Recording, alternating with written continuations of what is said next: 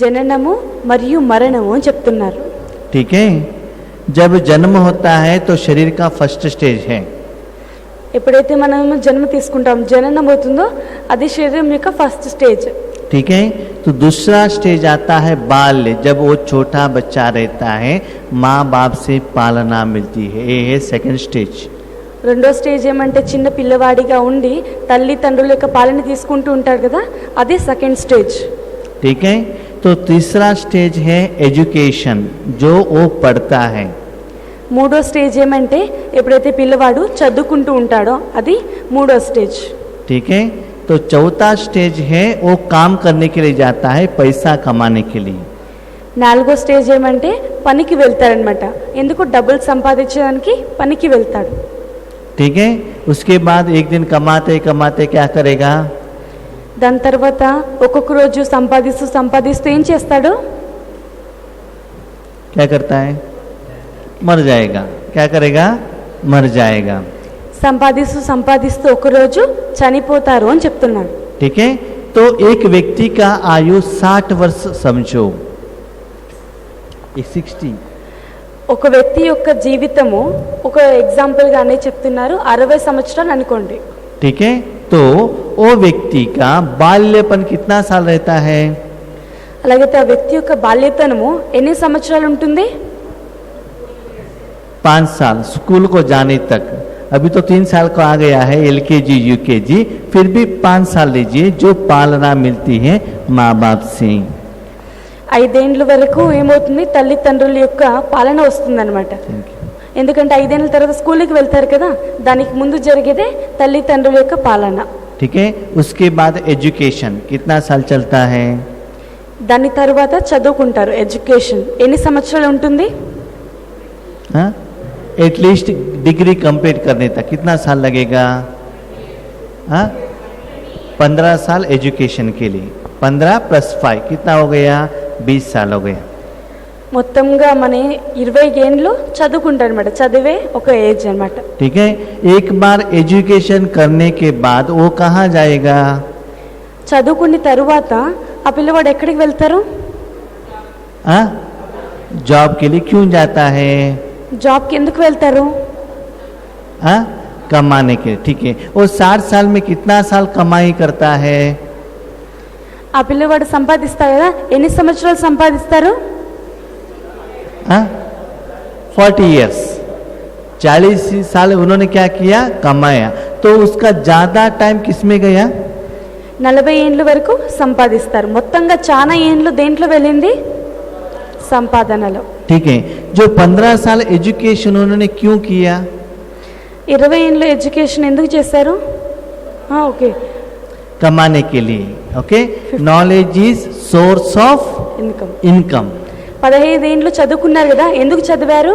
ఎందుకంటే చెప్తారు కదా, జ్ఞానమే చదువుకునే దాన్ని డబ్బులు సంపాదించడానికి ఆధారం అనేసి. ठीक है, तो 15 साल + 40 साल 55 इयर्स उसमें किसमें उन्होंने बिताया? పూర్తిగా 55 ఏళ్ళు దేంట్లో సమర్పించాడు తన జీవితాన్ని? कमाना कमाना कमाना. क्या कमाना? పూర్తిగా డబ్బులు సంపాదించాలి.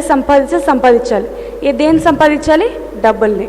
ठीक है, जब छोटे बच्चा रहता है तो माँ से पूछता है मम्मी आइसक्रीम चाहिए, तो माँ बोलती है बड़े हो जाओ, बहुत पैसा कमाओ, जितना चाहिए उतना आइसक्रीम खा लो. చిన్న పిల్లవాడు ఉన్నప్పుడు ఏమంటాడంటే ఆ పిల్లవాడు, అమ్మ నాకు ఐస్ క్రీమ్ కొనివ్వు అంటాడు. అప్పుడు తల్లి ఏం చెప్తుందంటే, నువ్వు పెద్దవాడిగావు, బాగా చదువుకొని పెద్దవాడిగావు, దాని తర్వాత బాగా డబ్బులు సంపాదించి నీకు ఎన్ని ఐస్ క్రీమ్ అంటే అన్ని నువ్వు తిను అని చెప్తారు వాళ్ళ తల్లి. ठीक है, आपको कपड़ा चाहिए तो क्या करने का है? మీకు డ్రెస్ కావాలంటే మీరు ఎవరిని అడగాలి? బట్టలు కావాలంటే क्या चाहिए? पैसा चाहिए. ठीक है, कंप्यूटर चाहिए तो पैसा चाहिए. तबीयत ठीक नहीं है, ठीक करने के लिए पैसा चाहिए. घर खरीदने के लिए पैसा चाहिए. मैक्सिमम आपके जीवन में क्या चाहिए? డ్రెస్ కొనుక్కోవాలంటే డబ్బులు కావాలి, కంప్యూటర్ కొనుక్కోవాలంటే డబ్బులు కావాలి, మీకు ఏం కావాలన్నా కానీ డబ్బులు కావాలి అని చెప్తున్నారు. ठीक है, तो आपको जन्म किसने दिया? మీకు జన్మ ఎవరిచ్చారు? हाँ, शरीर का जन्म किसने दिया? माँ और बाप ने दिया। ठीक है, మీకు జన్మ ఎవరిచ్చారు? తల్లి మరియు తండ్రి. आपको पालना किसने दी? మీకు పాలన ఎవరిచ్చారు? माँ बाप भाई बहन आगे वाले पीछे वाले सभी लोगों ने पालना दी। తల్లి తండ్రి అవ్వ అందరూ కూడా, అమ్మమ్మ నాన్నమ్మ అందరూ కూడా మీకు పాలన ఇచ్చారు. आपको एजुकेशन किसने दिया? మీకు చదువు ఎవరు నేర్పించారు? टीचर ने दिया। ठीक है, तो आपको काम किसने दिया? మీకు పని ఎవరిచ్చారు? हाँ, कोई एक मालिक ने दिया, गवर्नमेंट हो या प्राइवेट ने हो, किसी मालिक ने आपको काम दिया। ठीक है, काम दिया तो आपके हाथ में क्या मिलेगा? మీకు పని ఎవరిచ్చారు? ఏదో ఒక మాలిక్ ఇచ్చారు, గవర్నమెంట్ అయినా ప్రైవేట్ అయినా. దాని తర్వాత మీరు పని చేసినాక మీ చేత ఏమొచ్చింది? तो पैसा कौन खर्च करेगा? డబ్బులు వచ్చింది. అయితే డబ్బులు ఎవరు ఖర్చు చేస్తారు? हाँ, कमाया आपने, खर्चा कौन करेगा? సంపాదించింది మీరు, ఖర్చు చేసేది ఎవరు? हाँ, आप ही खर्चे करेंगे ना। तो हाँ, आप तो हैं, कमाया आप तो है ना। आप क्या बोलते हैं? मेरे पैसे से मैंने साड़ी खरीदा है, आप कौन हो पूछने वाले? पूछते हो कि नहीं? आपके पति को पूछेंगे ना, मेरे पैसे से मैंने साड़ी खरीदा है, आप कौन हो पूछने वाला? मेरा पैसा है। మీరేం చేస్తారు? డబ్బులు సంపాదించినప్పుడు మీ డబ్బులతో మీరు చీర కొనుక్కున్నారనుకోండి, ఎవరైనా అడిగారంటే ఇది నా డబ్బులతో నేను చీర కొనుక్కున్నాను, నువ్వు ఎవరు అడిగేదానికి అంటామా కాదా? అంటాం కదా. भाई लोग बताओ, आपका पत्नी लोग ऐसा ही पूछते हैं ना, मेरे पैसे से मैं कमाती हूँ, आप कौन हो पूछने वाला? पूछेंगे कि नहीं? क्योंकि मैंने कमाया हुआ है, तो खर्च कौन करेगा? मैं ही करता हूँ ना। మీరు ఎవరైనా మిమ్మల్ని ఎదిరించారనుకోండి, మీరేమంటారు? ఇది నా డబ్బులతో నేను కొనుక్కున్నాను, నీకేమి అంటారు కదా. అంటే నేను నా డబ్బులతో మీరు సంపాదించారు, మీరే ఖర్చు పెట్టుకుంటున్నారు అని చెప్తున్నారు. ठीक है, तो आपको 30,000 रुपए एक महीने में पगार आया, सैलरी आया, तो आप कैसे खर्चा करेंगे? మీకు 30,000 రూపాయల శాలరీ వచ్చింది, మీరేం చేస్తారు? దాంతో कैसा करेंगे? ఎలా ఖర్చు చేస్తారు? कल बाबा ने कहा था, याद करो।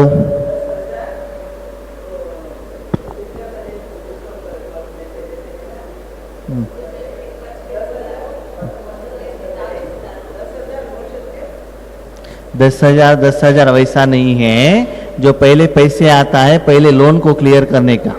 पहले क्या है? बच्चे की शादी के लिए लोन किया, कार के लिए लोन किया, कंप्यूटर के लिए लोन किया, बिल्डिंग लेने के लिए लोन किया। उस लोन पहले क्या करने का? क्लियर होने का। लोन क्लियर नहीं किया तो क्या होगा? మీరేం చేస్తారు? మొదటిగా వచ్చిన డబ్బులతో, ఇంత 10,000 అని కాదు, మొదటిగా వచ్చిన ఏదైతే మీకు డబ్బులు వస్తుందో దాంట్లో ఏం చేస్తారు? ఫస్ట్ లోన్ కడతారు. అది లోన్ తీసుకునింది కంప్యూటర్ కైనా అయ్యుండొచ్చు, లేకపోతే పిల్లల పెళ్ళికైనా ఉండొచ్చు, దేనికైనా అయ్యుండొచ్చు. ఆ లోన్ ఫస్ట్ మీరు క్లియర్ చేస్తారు. ఆ లోన్ క్లియర్ చేయలేదు అంటే ఏమవుతుంది? इंटरेस्ट बढ़ता रहेगा। लोन ठीक से नहीं क्लियर किया तो क्या होता है? इंटरेस्ट बढ़ता रहेगा। इसलिए फर्स्ट प्रेफरेंस किसको है? लोन क्लियर करूं। మొదటిగా మీరు ఏం చేస్తారు? లోన్ క్లియర్ చేస్తారు కదా. క్లియర్ చేయలేదంటే ఇంట్రెస్ట్ ఎక్కువ అవుతూ ఉంటుంది, కాబట్టి మీరు మొదటిగా లోన్ పైన గమనం ఉంచి దాన్ని క్లియర్ చేస్తారు. ठीक है, नेक्स्ट 30 दिन के लिए आपको क्या करने का? पैसा नहीं आने वाला है, तो 30 दिन तक आपके खर्चे के लिए पैसा चाहिए ना, आपके लिए, आपके बाप के लिए, माँ के लिए, रेशन के लिए, इलेक्ट्रिसिटी के लिए।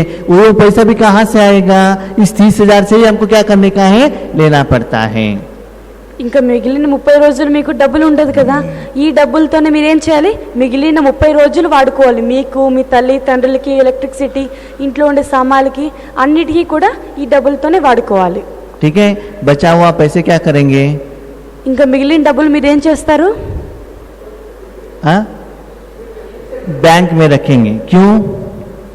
బ్యాంక్లో పెడతారు కదా. ఎందుకు బ్యాంక్లో వేస్తారు డబ్బుల్ని?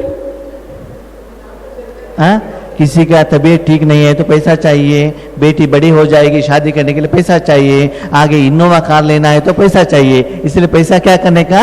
बचत करके रखने का है। ఆ డబ్బులు ఎవరికైనా ఆరోగ్యం బాగాలేదంటే ఆ డబ్బులు వాడచ్చు. ఇంకా పిల్లల పెళ్ళి ఉంది, దానికి ఇన్నోవా కారు కొనాలంటే కూడా ఆ డబ్బులు బ్యాంక్లో వేయాలి అని చెప్తున్నారు. ठीक है, तो एक मनुष्य आत्माओं का मेन इंटेंशन यही रहता है जितना जल्दी हो सके लोन क्लियर करें। ఎప్పుడు కానీ మనిషి ఆత్మలకు ఇదే ఉంటుంది, ఎంతెంత నేను తొందరగా లోన్ క్లియర్ చేస్తాను, లోన్ తొందరగా క్లియర్ చేయాలనే ఉంటుంది. ठीक है, प्रेजेंट स्टैंडर्ड ऑफ इनकम क्या होना चाहिए?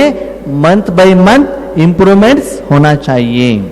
ప్రెసెంట్ ఇప్పుడు నేను ఎక్కడ ఉన్నానో ఆ స్టాండర్డ్ నాకు ఇంకా పెరుగుతూ ఉండాలి, స్టాండర్డ్ నాకు పెరుగుతూ ఉండాలని కోరుకుంటారు. बैंक बैलेंस क्या होना चाहिए? बैंक बैलेंस क्या होना चाहिए? ज्यादा होना है कि कम होना है? బ్యాంక్ బ్యాలెన్స్ చాలా అవ్వాలా తక్కువగా అవ్వాలా? ఎక్కువ होवाला या तక్కువ हो? బ్యాంక్ బ్యాలెన్స్ ఎక్కువ అవ్వాలా తక్కువ అవ్వాలా? हो गया ना. तो उसके लिए आपको क्या करना पड़ता है? ఎక్కువ అవ్వాలంటే మీరు ఏం చేస్తారు, ఏం చేయాల్సి పడుతుంది?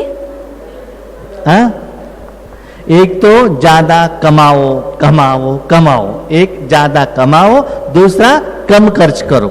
ज्यादा कमाएंगे खर्च भी ज्यादा करेंगे तो क्या हो जाएगा? बचत नहीं होगा. कम खर्च और इनकम ज्यादा होते रहना चाहिए.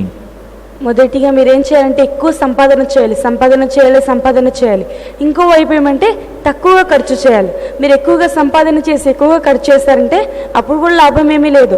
ఎక్కువగా సంపాదించి తక్కువగా ఖర్చు చేయాలి అని చెప్తున్నారు. ठीक है, अभी आप बताओ, एक मनुष्य आत्मा इस दुनिया में आने के बाद मरने तक उनका ज्यादा समय और अटेंशन कहाँ रहता है? ఇప్పుడు ఒక మనుష్య ఆత్మ ఎప్పుడైతే జన్మ తీసుకుంటారో, జన్మ తీసుకుని నుంచి మరణం చేసే వరకు ఈ టైంలో దేని మీద ఎక్కువ అటెన్షన్ ఇస్తారు? कमाई कमाई कमाई. समझ में आ गया? समझ में आ गया? जितना ज्यादा कमाई उतना उनका लाइफ क्या हो जाएगा? अच्छा रहेगा. लाइफ डिपेंड्स ऑन हर और हिज इनकम. పూర్తిగా సంపాదన సంపాదన సంపాదన. తన జీవితం అంతా దేని మీద ఆధారపడి ఉంటుంది? సంపాదన మీదే ఆధారపడి ఉంటుంది అని చెప్తున్నారు. लास्ट मरने दम तक वो मनुष्य आत्मा क्या करता रहेगा? कमाना कमाना कमाना. ఆఖరి నిమిషం వరకు కూడా సంపాదన సంపాదన సంపాదనే చేస్తూ ఉంటారు. ठीक है, क्लियर हो गया? क्लियर हो गया? ये हो गया शरीर के प्रति, ये हो गया शरीर के प्रति. స్పష్టమైందా? ఇదంతా కూడా శరీరం గురించి. ठीक है, वो है एक जन्म के लिए. ఇదైతే ఒకే జన్మ కోసం.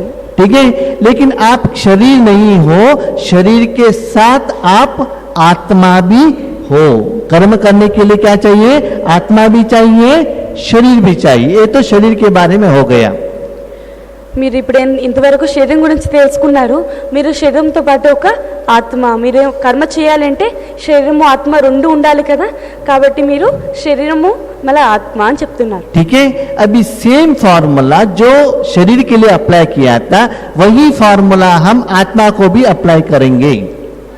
ఇప్పుడు మనం ఏదైతే ఫార్ములా శరీరానికి అప్లై చేస్తామో అదే ఫార్ములా ఆత్మకి కూడా అప్లై చేస్తాము. समझ में आ रहे हैं ना सभी को? అర్థమవుతుందా అందరికీ? ठीक है, तो आत्मा के लिए फर्स्ट स्टेज क्या है? ఆత్మకి ఫస్ట్ స్టేజ్ ఏది? जन्म. शरीर के लिए फर्स्ट स्टेज क्या था? Same formula. शरीर के लिए फर्स्ट स्टेज क्या था? जन्म. ठीक है, तो आत्मा के लिए कौन सा फर्स्ट स्टेज क्या है? ఆత్మకి మొదటి స్టేజ్ ఏది? ఎలాగైతే శరీరానికి మొదటి స్టేజ్ జన్మము, అలాగే ఆత్మకి ఫస్ట్ స్టేజ్ ఏది? आत्मा के लिए फर्स्ट स्टेज क्या है? जन्म ही है. शरीर के लिए जन्म है तो आत्मा के लिए भी क्या है? जन्म है. ठीक है, आपको आत्मा का जन्म हुआ है कि नहीं हुआ है? ఆత్మకి కూడా మొదటి స్టేజ్ జన్మమే అని చెప్తున్నారు. ఇప్పుడు చెప్పండి, మీ ఆత్మకి జన్మం జరిగిందా లేదా? आत्मा का जन्म हुआ. ठीक है, आपके आत्मा का जन्म किसने किया? మీరు జన్మ తీసుకున్నారు కదా ఆత్మికంగా, మీకు జన్మ ఇచ్చింది ఎవరు? किसने दिया? जोर से बोले, किसने दिया? ఎవరిచ్చారు మీకు జన్మ? బాప్దా. बाप दादा. क्या आना चाहिए मुंह में? बाप दादा ने दिया है. न केवल बाप ने, बाप दादा ने हमको जन्म दिया है. మీరేమని చెప్పాలి? బాప్ దాదా మాకు జన్మ ఇచ్చారు అని చెప్పాలి. బాబా కాదు, బాప్ దాదా. ठीक है, एक कंप्लीट हो गया. जन्म के बाद दूसरा स्टेप क्या है? జన్మం కంప్లీట్ అయిపోయింది. జన్మం తర్వాత నెక్స్ట్ స్టేజ్ ఏది? पालना. ठीक है, आपको पालना हुआ है क्या? ఇప్పుడు బాల్యతనంలో బాబా మీకు పాలన ఇచ్చారా లేదా? ठीक है, किसने दिया है? పాలన ఎవరిచ్చారు? बाप दादा ने दिया। ठीक है, किसको पालना दिया जाता है?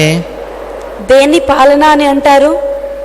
किसको पालना दिया जाता है?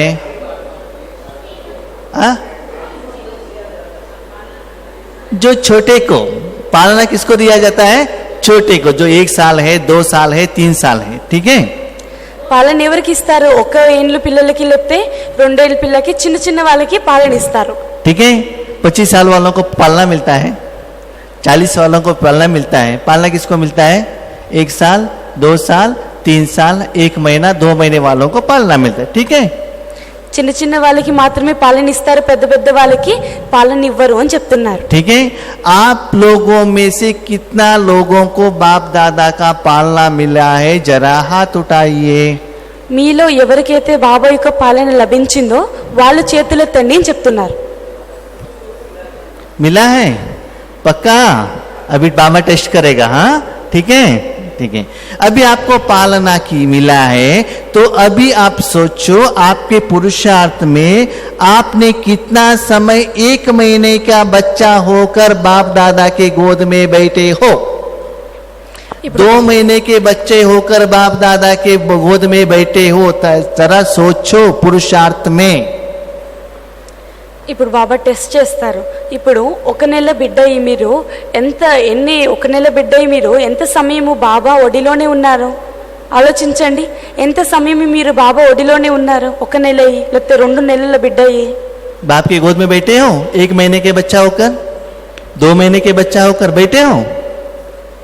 बैठे हो? नहीं। हम कैसे बैठे हो? भगवान मेरा पेट ठीक कर दो, मेरा पति को ज्ञान दे दो, मेरे बच्ची को इंजीनियरिंग सीट दिलवाओ। कभी भी 50 साल का 60 साल का बच्चा बनकर गए हैं, कभी भी छोटा बच्चा बनकर बाप दादा से पालना नहीं ली है। जब अब पालना नहीं मिला तो फाउंडेशन कैसा ठीक होगा? మనం ఏం చేస్తాం? బాబా ఒడిలోకి ఎలా వెళ్తామంటే, బాబా నాకు నా పతికి జ్ఞానం ఇవ్వు, మీరేం చేస్తారు? నా బిడ్డకి ఇంజనీరింగ్ సీట్ ఇవ్వు. ఇలానే పెద్దవాళ్ళుగా తయారై మీరు బాబా దగ్గరికి వెళ్తారు అని చెప్తున్నారు. చిన్నవాళ్ళగా అయితే మాత్రమే పాలన లభిస్తుంది, పెద్దవాళ్ళకైతే పాలన లభించదు. ఎప్పుడైతే మీకు బేస్ అంటే మొదటిది పాలనే లభించలేదు అంటే ఇంకేమి అని అడుగుతున్నారు. ठीक है, इतना जो बड़ा शरीर है, शरीर का आयु के आधार पर ही हम बाप दादा से मिलते हैं। हम कभी भी शरीर से छोटा बच्चे नहीं बनते हैं। तो क्या होता है? जो फाउंडेशन पालना ठीक से बाप दादा से होना चाहिए, वो पालना हमारे ईश्वरीय जीवन में नहीं बनता है, इसलिए हमारा पुरुषार्थ ठीक नहीं होता है। మనం చిన్న పిల్లవారిగా వెళ్ళినప్పుడు మాత్రమే బాబా మనకు పాలన ఇస్తారు, పెద్దవాళ్ళుగా తయారై వెళ్ళినప్పుడు పాలన ఇవ్వరు అని చెప్తున్నారు. అందువల్లనే మన పురుషార్థ మార్గము సరిగ్గా లేదు అని చెప్తున్నారు. పాలనే లభించలేదు, దానివల్ల మన పురుషార్థ మార్గం కూడా సరిగ్గా లేదు అని చెప్తున్నారు. ठीक है, अभी बताओ, जो भी आत्माएं अभी जो आगे बैठे हैं, हम 1 महीने होकर बाबा के गोद में बैठे थे, वो जरा हाथ उठाइए। ఇప్పుడు ఇక్కడ ఎవరైతే కూర్చో ఉన్నారో వాళ్ళు చెప్పండి, నేను 1 నెల బిడ్డయి బాబా ఒడిలో కూర్చో ఉన్నాను అన్నవాళ్ళు, బాబా ఒడిలో ఎవరైతే కూర్చో ఉన్నారో వాళ్ళు చేతులెత్తండి. 1 నెల బిడ్డ ऐसा जिन्होंने योग किया था जरा हाथ उठाइए। ఇలాగ ఎవరైతే యోగం జోడించారో వాళ్ళు చేతులెత్తండి. सिर्फ 2 है। ठीक है, अभी सोच लो ना, हमारा पुरुषार्थ ठीक रास्ते पर जा रहा है, स्टेप बाय स्टेप जा रहा है। फिर भी बाबा ने अपने बच्चा समझकर आपको पालना दी। మీరేం చేస్తారు? పెద్దవాళ్ళుగా వెళ్ళినా కానీ బాబా చిన్న పిల్లవాడిగా అనుకొని మీకు బాబా పాలన ఇచ్చారు అని చెప్తున్నారు.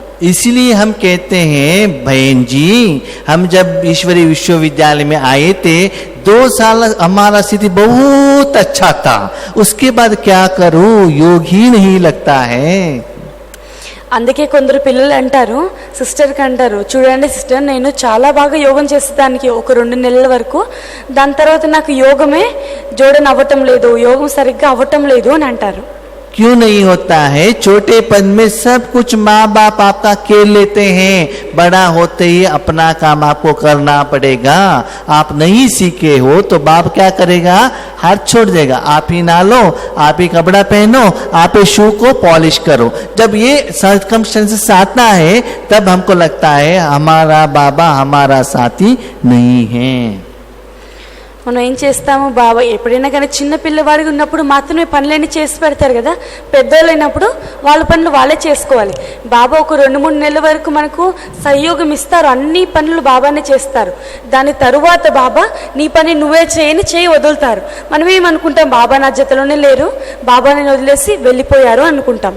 ठीक है, तो आपको पालना बाप दादा ने दिया है कि नहीं दिया है? అలాగైతే బాబా మీకు పాలన ఇచ్చారా ఇవ్వలేదా? दिया है ना. ठीक है, नेक्स्ट पालना के बाद थर्ड स्टेज क्या है? పాలన జరిగిన తర్వాత థర్డ్ స్టేజ్ ఏమి? एजुकेशन. तो आपको आत्मा को एजुकेशन कौन दे रहा है? ఇప్పుడు బాబా మూడో స్టేజ్ ఏమి? చదువు నేర్పించడం. మీరెవరు, భగవంతుడు ఎవరు అనే చదువు మీకు బాబా నేర్పించారా నేర్పించలేదా? एजुकेशन हर रोज एजुकेशन कौन दे रहा है? ప్రతిరోజు మీకు చదువు ఎవరు నేర్పిస్తున్నారు? बाप दादा. आपका टीचर कौन? ठीक है, आपका जन्म हुआ, पालना हुआ, उसके बाद क्या हो गया? एजुकेशन हो गया. एजुकेशन के बाद क्या करने का है? మీ జన్మం అయింది, పాలన అయింది, చదువు అయింది. చదువు తర్వాత ఏమొస్తుంది? कमाने का. कमाने का है तो आपको फैक्ट्री में या कहाँ भी क्या होना है? एडमिशन लेना है, काम करने के लिए वहां जाना है. మీరు సంపాదించాలి కదా. నెక్స్ట్ సంపాదించాలంటే ఎక్కడో ఫ్యాక్టరీలోనో వేరే ఏదో आपको अभी काम लेने का है. आपने पैसा कमाया नहीं है, एजुकेशन कंप्लीट हुआ है, अभी काम के लिए आप ढूंढ रहे हो. సంపాదించాలి అంటే మీరేం చేయాలి? మొదటిగా ఫ్యాక్టరీ లోపలికి వెళ్ళి అడ్మిషన్ తీసుకోవాలి కదా, జాబ్ తీసుకోవాలి కదా. ठीक है, अभी आपको काम कौन देगा? ఇప్పుడు మీకు పని ఎవరిస్తారు? ఇక్కడ आपको जन्म किसने दिया? మీకు జన్మ ఎవరిచ్చారు? ठीक है, पालना किसने दी? పాలన ఎవరిచ్చారు? तो एजुकेशन कौन दिया है? చదువు ఎవరు నేర్పించారు? ठीक है, आपको काम कौन देगा? మీకు పని ఎవరిస్తారు? तो क्या काम है आपको? మీకు ఏం పని ఉందైతే? मुझे याद करो, मुझे याद करो, मुझे याद करो, यही काम है. ठीक है, बाबा क्या कहता है? काम क्या है? क्या कहे काम? मुझे याद करो. బాబా ఏం చెప్తారు? మీకు ఒకే ఒక పని బాబా ఇచ్చింది, నన్ను తలంపు చేయండి, నన్ను తలంపు చేయండి, నన్ను తలంపు చేయండి, ఒకే ఒక పని. ठीक है, तो काम किसने दिया? పని ఎవరిచ్చారు? बाप दादा ने दिया. ठीक है, आपके काम का मालिक कौन? పని యొక్క మాలికుడు ఎవరు? పని ఇచ్చారు మీకు బాబా, పని యొక్క మాలికుడు बाप दादा. ठीक है, जब बाप दादा मालिक है तो कहाँ काम देगा? బాబా పని యొక్క మాలికుడు అంటే బాబా మీకు ఎక్కడ పని ఇస్తారు? बाप दादा कहाँ काम देगा आपको?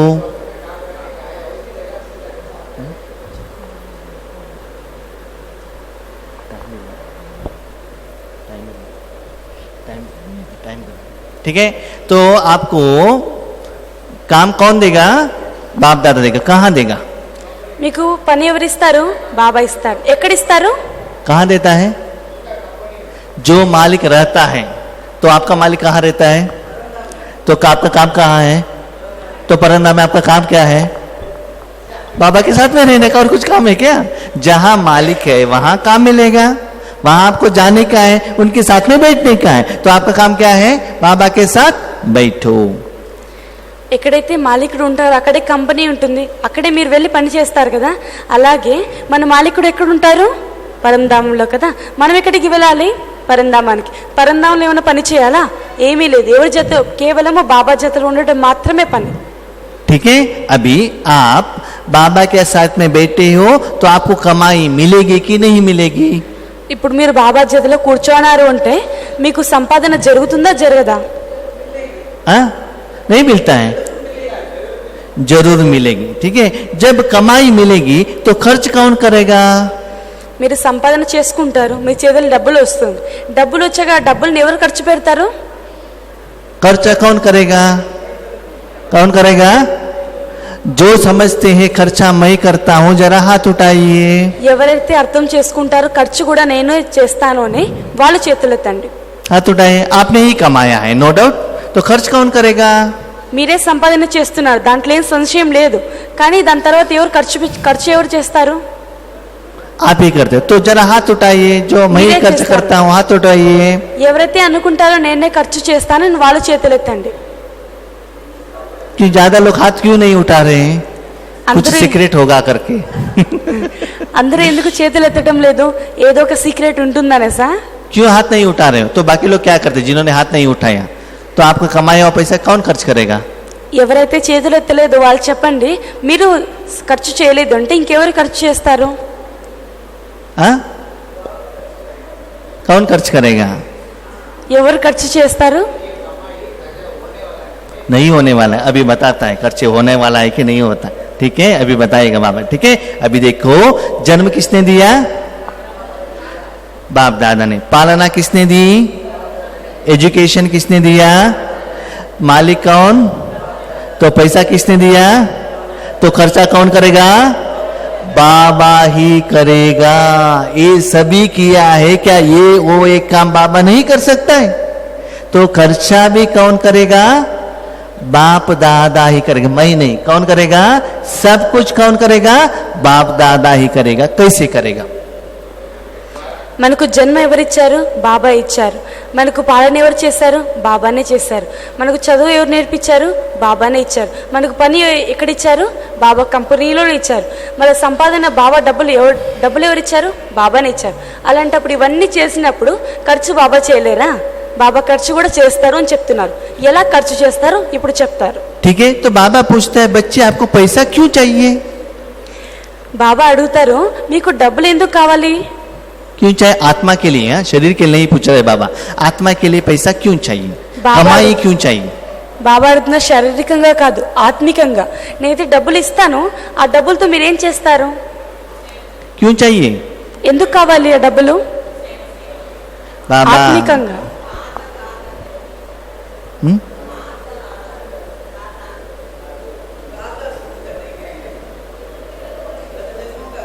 हाँ, क्यों चाहिए बाबा? 63 जन्मों से हमारे सिर के ऊपर इतना लोन है, उसको क्लियर करने के लिए मुझे पैसा चाहिए ना। మీరేం చేస్తారు? 63 జన్మలో నేను ఏదైతే చేశానో కర్మలు అవన్నీ కూడా ఖాళీ చేయడానికి, సమాప్తి చేయడానికి నాకు డబ్బులు కావాలి కదా అని అడుగుతారు. आत्मा के लिए पैसे चाहिए कि नहीं? आत्मा- 63 जन्मों से आपने कुछ कमाई ही नहीं, विकर्म किया, लोन आपके सिर के ऊपर है, तो क्लियर कौन करेगा? आपको ही करना है। उसके लिए आपको क्या करने का है? कमाना है। तो पास्ट का 2500 ईयर्स का जो लोन है उसका क्लियर अभी के बाबा के याद द्वारा ही होता है। మీరేం చెప్పాలంటే ఇంతవరకు 2500 సంవత్సరాల వరకు మీరేం చేశారు? పూర్తిగా అప్పే అంత లోనే తీసుకున్నారు, కానీ సంపాదనతో ఒక్క పైసా కూడా చేయలేదు. కానీ ఇప్పుడు మీరేం చేయాలి? పూర్తిగా సంపాదన చేసి 2500 సంవత్సరాల యొక్క అప్పును మీరు ఇప్పుడు ఈ సమయంలోనే తీర్చాలి అని చెప్తున్నారు. ठीक है, उसके बाद प्रेजेंट आपका लाइफ जो है जंग लगा हुआ आयरन है, कलयुग का अंत। ఈ సమయంలో మీకు ఎలా ఉందంటే పూర్తిగా ఐరన్ ఉంటుంది కదా, తుక్కుబడిన ఐరన్, అలాగే ఎనుము, అలాగా మీరు మీ ఆత్మలాగా తయారైపోయింది అని చెప్తున్నారు. ठीक है, तो उसको उससे क्या निकालने का है? जंग लगा हुआ आयरन से क्या निकालना है? ఇప్పుడు ఇనుము నుంచి ఏం తీవాలి? తుక్కు. क्या निकालना है? हाँ? गंदा निकालेंगे तो आपका जन्म कलयुग में होगा। हाँ? आपके उसको जंक निकालना है, आयरन निकालना है, कॉपर निकालना है, सिल्वर निकालना है, गोल्ड निकालना है, उसके बाद डायमंड आएगा। प्रेजेंट कहां से कहां जाना है? जंक लगा हुआ लाइफ से डायमंड लाइफ तक आपको प्रेजेंट लाइफ में चेंजेस आना है। वो भी आपके कमाई के ऊपर ही निर्भर करता है। ఏం చేస్తాను? తుప్పు పడింది కదా పూర్తిగా, దాన్ని ఏం చేయాలి? మొదటిగా కాపర్ తీయాలి, जंक निकालना है, आयरन के ऊपर जो जंक है वो निकालना है, उसके बाद आयरन। దాంట్లో ఏదైతే రస్ట్ ఉంటుంది కదా పూర్తిగా, దాన్ని అన్ని కూడా మీరు బయటికి తీయాలి.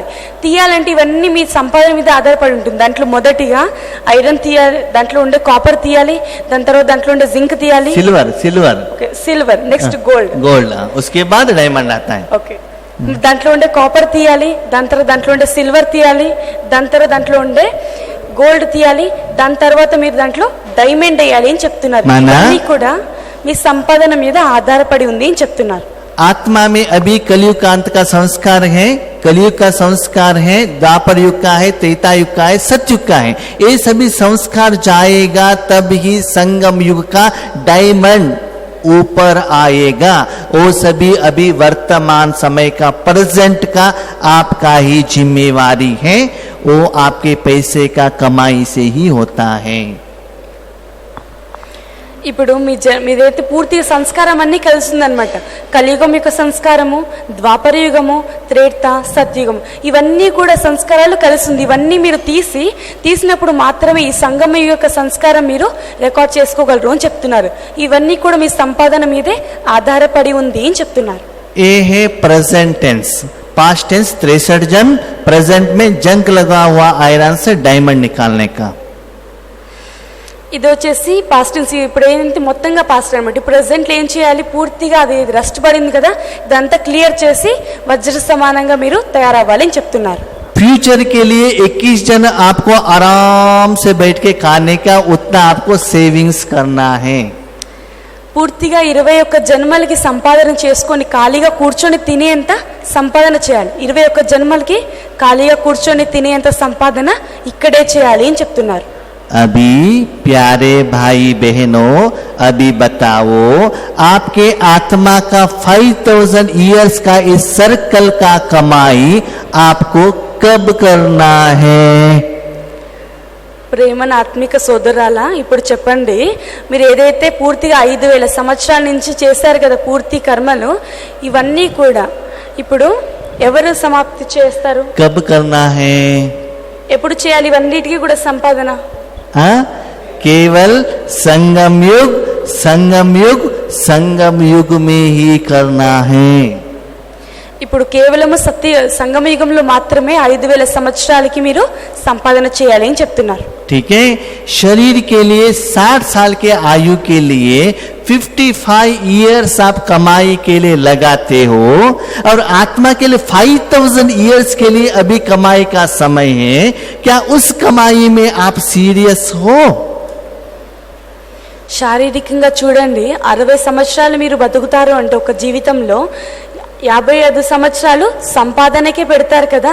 అలాంటప్పుడు ఇక్కడ 5000 సంవత్సరాలకి మీరు సంపాదన చేసుకోవాలి. అది ఈ సంగమ యుగంలో మాత్రమే. మీరు సీరియస్గా ఉన్నారా? सीरियस हो अभी? उतना सीरियस नहीं हो ना, तो 5000 इयर्स में आत्मा का कमाई कब होगी? अभी बताओ. ఇప్పుడు మీరు సీరియస్గా ఉన్నారా? 5000 సంవత్సరాలకి మీరు ఇక్కడే సంపాదన చేసుకోవాలి. ठीक है. कब होगा? सतयुग में कमाई होगा आत्मा को, त्रेता युग में, द्वापर, कलयुग में होगा. वो भी, उसमें भी एक जन्म में बहुत सारा टाइम तो निकल गया, अभी तो थोड़ा टाइम है, तो हमारा अटेंशन ज्यादा कहाँ रहना चाहिए? మీరేం చేయాలి? ఇప్పుడు సత్యయుగంలో సంపాదన చేస్తారా? త్రేతాలో చేస్తారా? ఎక్కడ చేరి ఈ సంగమ యుగంలో మాత్రమే చేయాలి. ఈ సంగమ యుగంలో కూడా ఇప్పుడు ఉండే సమయము చాలా అయిపోయింది అని చెప్తున్నారు. ఇంకో కొద్ది సమయం మాత్రమే మిగిలి ఉంది 5000 సంవత్సరాలకి సంపాదన చేసుకోవడానికి. ठीक है. अभी आपको चेंज होना है कि नहीं होना है?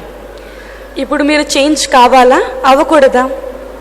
चेंज होना है ना, तो आज की बट्टी से चेंज होंगे ना. ఇప్పటి నుంచి మీరు చేంజ్ అవుతారా అవరా? चेंज होंगे. जो चेंज होते हैं करके संकल्प किया, जरा हाथ उठाइए. ఎవరైతే నేను మారుతాను అనుకుంటారో వాళ్ళ చేతులు ఎత్తండి. हाथ उठाइए. हाथ उठाएंगे तो बाबा फॉर्मूला देगा. చేతులు ఎత్తితే బాబా ఫార్ములా ఇస్తారు. ठीक है. तो हर के लिए तो शॉर्टकट चाहिए ना. अभी तो हमारे पास टाइम नहीं है, तो शॉर्टकट फॉर्मूला चाहिए हमारे लिए. ఇప్పుడైతే సమయం లేదు ఫస్ట్ ఇంకా చేసుకోవడానికి, అందుకు బాబా షార్ట్ కట్ లో నేర్పిస్తారు. ठीक है. तो पहला फॉर्मूला है, बाबा से बोलो, बाबा सॉरी मेरे से गलती हो गई, आगे मैं गलती नहीं करूंगा. మొదటిగా మీరు ఫస్ట్ స్టెప్ ఏదంటే బాబాకి మీరు మొదటిగా సారీ చెప్పాలి, క్షమాపణ అడగాలి. బాబా నన్ను క్షమించు, నేను ఇంతవరకు ఏదైతే తప్పు చేస్తానో ఇంకా మీదట ఆ తప్పు చేయను అనేసి. ठीक है. तो बाबा को कहो, बाबा मेरा इतना सारी जिम्मेवारी आपने लिया है, एक और एक जिम्मेवारी मेरी तरफ से आप ले लो. మీరు బాబాకి చెప్పాలి, బాబా నువ్వైతే నాకు ఇంత అధికారం ఇచ్చావు కదా సంపాదన చేసేదానికి, ఒక్కటి నేను నీకు ఇస్తున్నాను, నువ్వు దాన్ని సంపాదన చెయ్యు అనేసి ఒక బాధ్యత మీరు బాబాకి ఇవ్వాలి. ठीक है. बाबा ने आपका जिम्मेवारी लिया है कि नहीं लिया है? బాబా మీ బాధ్యతని తీసుకున్నారా తీసుకోలేదా? लिया है ना. उसके साथ एक देंगे तो वो लेगा कि नहीं लेगा? మీ బాధ్యత తీసుకున్నారు, దాని జతలో ఒక్క బాధ్యత ఇస్తే బాబా తీసుకుంటారా తీసుకోరా? हाँ लेता है ना। तो बाबा से कहो बाबा मेरे 63 जन्मों का अकाउंट क्लियर करने का काम आपका है। మీరు ఒక భాగం బాబాకి ఏమి ఇస్తారంటే 63 జన్మలుగా నేను ఏదైతే చేశానో లోన్స్ అవన్నీ కూడా తీర్చేది నీ పని, आपका है। ठीक है, मेरा प्रेजेंट लाइफ जंक हुआ आयरन से डायमंड करने का काम आपका है। ఏదైతే ఇనుము ఇప్పుడు నేను ఎలాగైపోయాను ఇనుముగా అయిపోయాను నన్ను వజ్ర సమానంగా చేసే పని కూడా నీదే। ठीक है, आगे 21 जन्मों के लिए जो बचाव करने का काम आपका है। ఇంకా మిగిలిన 21 జన్మల యొక్క సంపాదన అది కూడా నీదే। ठीक है, मैंने किस किस से क्या क्या लिया है उन सभी का अकाउंट में सेटलमेंट करने का काम आपका है। నేను ఎవరితో అయితే తీసుకున్నానో ఇచ్చిపుచ్చుకున్నానో వాళ్ళకందరికీ కూడా అకౌంట్ సెటిల్ చేసే పని కూడా నీదే। ठीक है, जो भी मैं आपसे जो कमाता हूं जो कमाया हुआ सारे कमाई तीनों लोगों को सभी को एक एक बिंदु को भी बांटने का काम आपका है। నేను ఏదైతే సంపాదన చేస్తానో 3 లోకాలు ఒక్కొక్క బిందువుకి కూడా పంచేది మీ పనే। ठीक है, सभी जिम्मेवारी किसका हो गया? అంత బాధ్యత ఎవరిదైపోయింది ఇప్పుడు? अभी बताओ जिम्मेवारी किसका हो गया? ఇప్పుడు చెప్పండి ఎవరిదైంది అంత బాధ్యత? हाँ किसका है? तो आपका काम क्या है? బాప్ దాదా అయితే మీ పనేమి? मन मना भाव मन मना भाव मन मना भाव मन मना भाव, और क्या रह गया यहाँ? और क्या रहा? सब कुछ आपका है, मुझे कुछ लेना देना नहीं है। जितना कमाते हो उतना बाबा देगा, लेकिन कंडीशन आप कमाओगे नहीं, मैं बांटूंगा नहीं। कमा के मुझे दे दो, बांटने का काम मैं करता हूं, मेरे पैसे से मैं किसी को नहीं दूंगा। जब आप मन मनाबो होगा तब कमाई आएगी, बांटने का काम कौन करेगा? कौन करेगा? बाप दादा। अभी बोलो प्यारे भाई बहनों, पुरुषार्थ सहज हुआ कि मुश्किल हुआ? మీరు కేవలం ఏం చేయాలంటే మన్మనాభావం, ఎప్పుడైతే మన్మనాభావ స్థితిలో ఉంటారో మీరు సంపాదన చేస్తూ ఉంటారు। బాబా ఏం చెప్తారు, మీరు ఏదైతే సంపాదన చేస్తారో నేను నీకు ఇవ్వను, నేనే ఇస్తాను, డబ్బులు నేనే ఖర్చు పెడతాను, అన్నిటికీ నేనే ఇస్తాను అని చెప్తారు। కేవలం మీరు మన్మనాభావ యొక్క స్థితిలో ఉండండి అని చెప్తున్నారు। ఇప్పుడు మీ పురుషార్థం యొక్క మార్గము సహజమైందా కష్టమైందా? क्या हुआ? सहज हुआ कि नहीं हुआ? इसलिए बाबा कहते सहज राजयोग। जब तक ज्ञान को यथार्थ रीति से नहीं समझते हो आपको सहज होने वाला नहीं है। బాబా చెప్తారు కదా ఇది సహజ రాజయోగం, ఎప్పటి వరకు మీరు జ్ఞానాన్ని యథార్థంగా అర్థం చేసుకోరో అంతవరకు మీకు సహజం అవ్వదు అని చెప్తున్నారు। ठीक है, जब बाबा तीनों लोगों को आपके पैसे द्वारा सेवा कर रहा है तो आपको क्या करने का जरूरत क्या है? कुछ करने का जरूरत है? सब कुछ वो देख रहा है ना। 3 లోకాలకి బాబా మీరు ఏదైతే సంపాదన చేస్తారో అన్ని బాబా పనిచేస్తున్నారు, అప్పుడు మీకు ఏమైనా పని ఉందా అక్కడ? మీరు ఏమైనా చేయాలా? ठीक है, इसलिए बाबा के जब भी टाइम मिले मेरे गोद में आकर बैठ जाओ, वही आपका काम है, दूसरा कुछ काम नहीं। అందుకే బాబా అంటారు మీకు ఎప్పుడెప్పుడు టైం దొరుకుతుందో అప్పుడప్పుడు నా ఒడిలో వచ్చి కూర్చునేసే చాలు, ఇంకేమీ వద్దు అని బాబా అంటారు। ठीक है, तो समझ लो आपके मन अभी मन मनाभव स्थिति में है, परम धाम में बाप दादा के गोद में आप हो।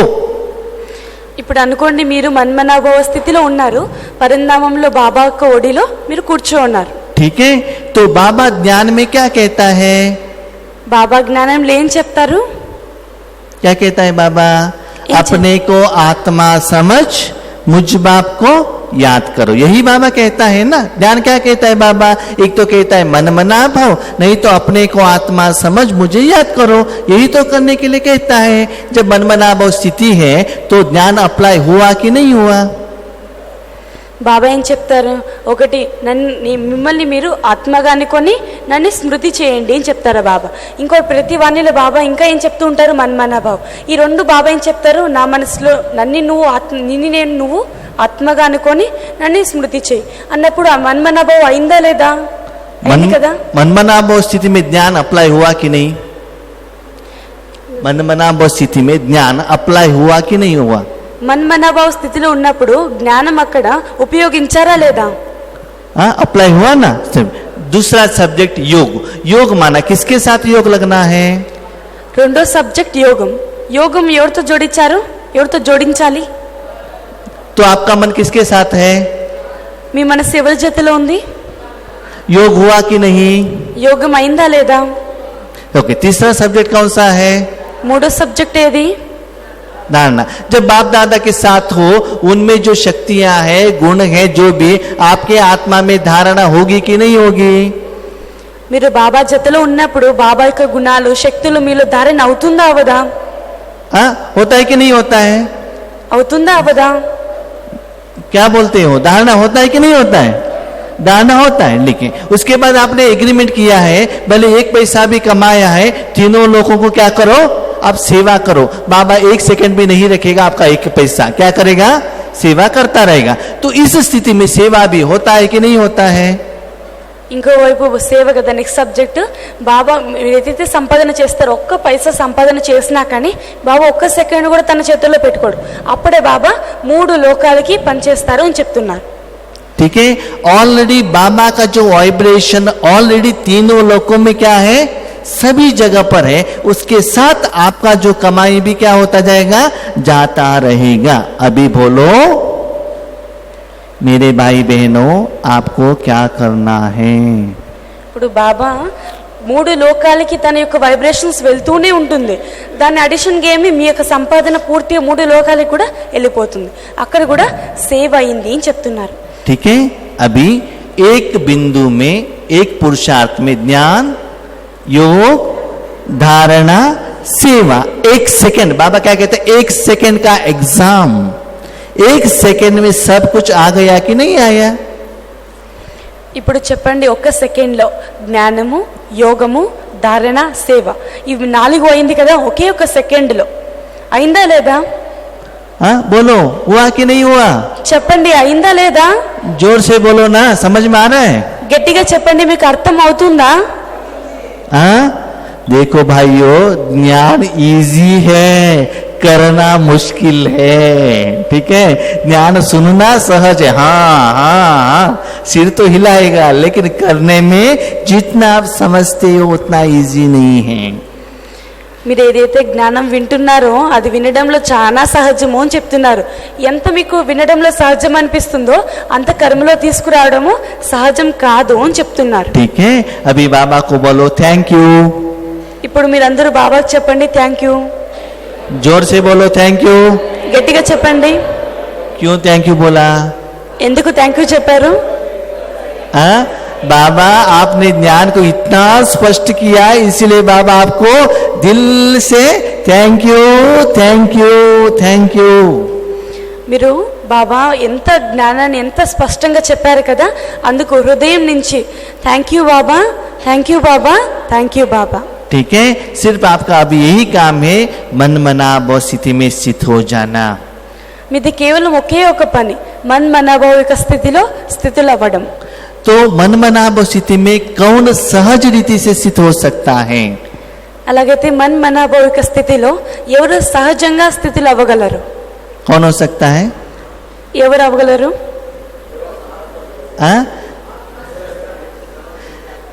जो जिन्होंने बाबा को मेरा बनाया है, वो बाबा को परमधामी मत रखो। बाबा कौन है? मेरा है, मेरा पिता है, मेरा माता है, मेरा भाई है, मेरा डॉक्टर है, वो मेरा है, उसको मेरा बनाओ ना। जब आपने मेरा बनाया तो आपका क्या हो जाएगा, वो आपका हो जाएगा। जो मेरा है उसमें आपको मन लगाना मुश्किल नहीं होता है। मेरे पति में, मेरे घर में, कपड़े में, मेरे चप्पल में, मेरे चेयर में मेरा मन लगाना मुझे मुश्किल नहीं होता है। इसीलिए बाप दादा को भी मेरा बनाओ तो आपका पुरुषार्थ क्या होगा, सहज हो जाएगा। మీరేం చేయాలి, మొదటిగా నా వారు అని చేయాలి. బాబా నా వారు, నా బాబా అనేది మొదటిగా మార్చుకోవాలి అని చెప్తున్నారు. ఎప్పుడైతే మీరు నా బాబా అని మార్చుకుంటారో మీరు ఏది సహజ కష్టంగా స్మృతి చేయాల్సిన పని లేదు అని చెప్తున్నారు. నాది అని వచ్చినప్పుడు చాలా సహజంగా అన్నీ గుర్తొస్తాయని చెప్తున్నారు. ఇది నా చెప్పులు, ఇవి నా భర్త అనేది మీకు స్మృతి రావాల్సిన అక్కర్లేదు, ఆటోమేటిక్గా అది మీకు వచ్చేస్తుంది అని చెప్తున్నారు. అదేవిధంగా మీరు మొదటిగా నా బాబా అనే స్మృతిలో ఉండాలి అని చెప్తున్నారు. ठीक है, अभी बाबा बोल रहे बच्चे थैंक यू बोलो, ఇప్పుడు బాబా थैंक यू చెప్తున్నారు thank you. Thank you thank you. ఇప్పుడు बोल మీరు दिया? ठीक है, आपने क्यों थैंक यू बोला? ఇప్పుడు మీరందరూ కూడా బాబా థ్యాంక్ యూ చెప్పారు కదా, ఎందుకు చెప్పారు? ठीक है, बाबा कहते हैं बच्चे देखो मेरा जिम्मेवारी हो गया, बाबा का काम कंप्लीट हुआ, योगेश भाई का भी काम कंप्लीट हो गया। जिसके लिए बाप दादा ने योगेश भाई को निमित्त करके यहाँ भेजा था, उनका मन और शरीर द्वारा बाप दादा को जो कर्म करवाना था वो काम अभी कंप्लीट हुआ है। अभी जो काम शुरू होता है किसका? ఇప్పుడు బాబా పని అయిపోయింది, యోగేష్ అన్న కూడా పని అయిపోయింది. బాబా ఎందుకు ఇక్కడికి పంపించారు? వాళ్ళ యొక్క తను మన ద్వారా ఏదైతే సేవ చేయాల్సి ఉందో అది పూర్తిగా ఆయన సమాప్తి చేశారు అనే కదా, పూర్తిగా సమాప్తి చేశారు. ఇప్పుడు ఎవరిది పని మిగిలింది? మీ किसका పని. है? आपका है। ठीक है, तो बाबा ने आप सभी लोगों से मिलने के लिए 3 दिन के लिए यहाँ भेजा, इसीलिए पहले बाप दादा को मेरे तरफ से बहुत बहुत बहुत थैंक यू। ఇక్కడికి సేవ చేయడానికి మొదటిగా 3 రోజులు బాబా ఇక్కడికి పంపించారు, అందుకోసము బాబ్దాదాకి thank you thank you thank you. Number 2 drama को थैंक यू। నెంబర్ 2 డ్రామాకి కూడా థ్యాంక్ యూ. तीसरा है वर्तमान समय का डायमंड संगम युग के लिए थैंक यू। మూడోది ఏమంటే వర్తమాన సమయంలో డైమండ్ యుగంలో కూడా థ్యాంక్ యూ అని చెప్తున్నారు. ठीक है, पंच तत्वों को थैंक यू।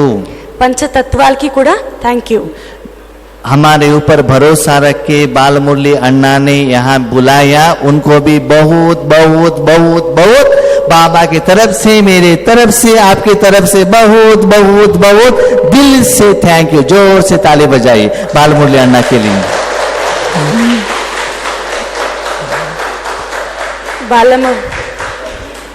బాలమురళి అన్నయ్య యోగేష్ అన్న మీద పూర్తిగా నమ్మకం వచ్చి 3 రోజులు ఇక్కడికి పిలిచారు కదా, అందుకు హృదయం నుంచి పూర్తిగా thank you thank you thank you అని చెప్తున్నారు. ठीक है, यहाँ लेके आने के लिए केशव भाई निमित्त बने, उनको भी थैंक यू।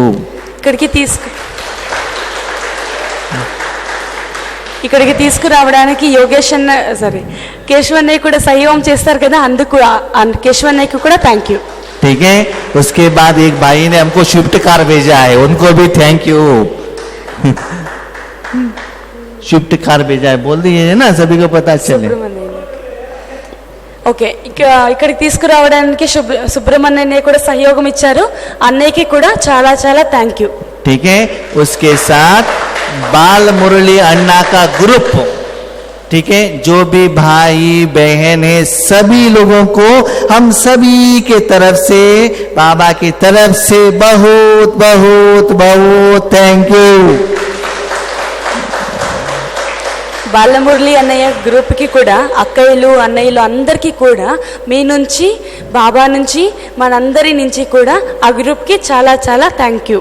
ठीक है, और उसके साथ जो आप लोग जितना भी लोगों ने इसका लाभ उठाया, आपने दृढ़ संकल्प किया बाबा आपने जो विधि सिखाया है हम अप्लाई करेंगे, आपको बाबा की तरफ से, मेरे तरफ से, इस सेवा केंद्र की सारी भाई बहन बाल मुरली अन्ना की तरफ से आप लोगों को बहुत बहुत बहुत थैंक यू।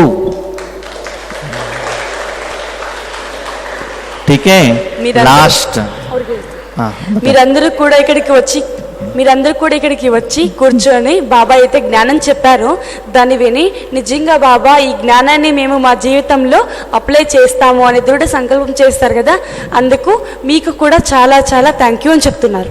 सबसे ज्यादा थैंक यू मेरे बाजू में छोटा आयु का छोटा सा नन्हे से मुन्ने से बहन बैठी है, जिन्होंने आपको तेलुगु में ट्रांसलेशन करके ज्ञान सुनाया, उसके लिए स्पेशल भगवान की तरफ से, मेरी तरफ से, आपकी तरफ से बहुत बहुत धन्यवाद।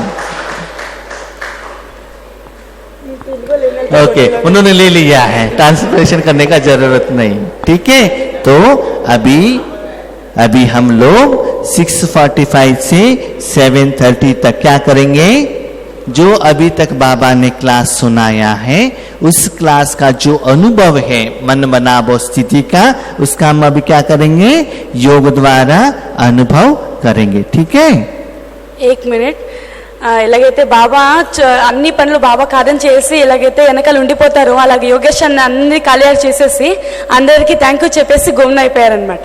3 రోజులుగా అన్నయ్య ఎంత